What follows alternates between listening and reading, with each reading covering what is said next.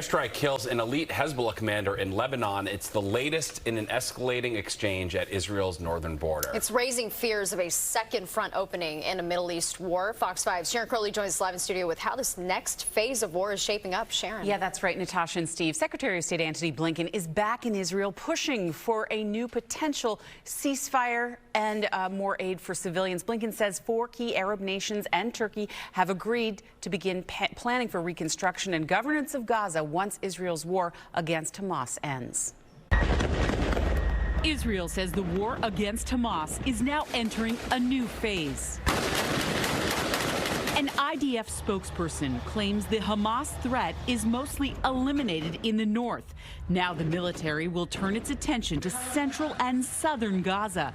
This phase is expected to be significantly less intense, meaning fewer ground troops, airstrikes, and more targeted attacks. It might not be the end, but it could be the beginning of the end, because we're seeing the destruction of Hamas's military machine in the northern Gaza Strip. Last week, a top Hamas commander was killed in Beirut.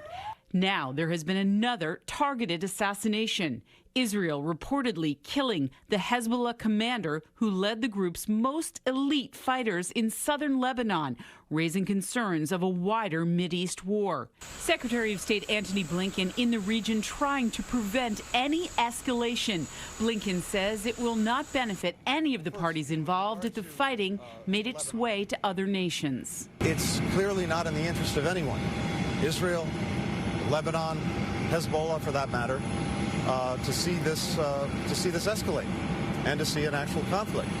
And the Israelis have been very clear with us that they want to find a diplomatic way forward that creates the kind of security that allows Israelis to return home. Prime Minister Benjamin Netanyahu hinting there could be more to come. We gave him an example of what is happening to his friends in the south. This is what will happen here in the north. We will do everything to restore security.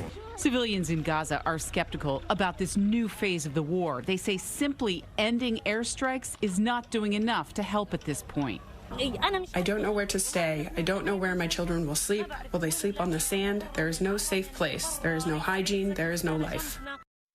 Well, Secretary of State Blinken's return visit to the region is aimed at preventing the conflict in Gaza from spreading to a regional war. Blinken telling reporters who are traveling with him that the leaders of the Arab nations that he spoke to are determined to deter Natasha escalation there. All right, Sharon, thank you.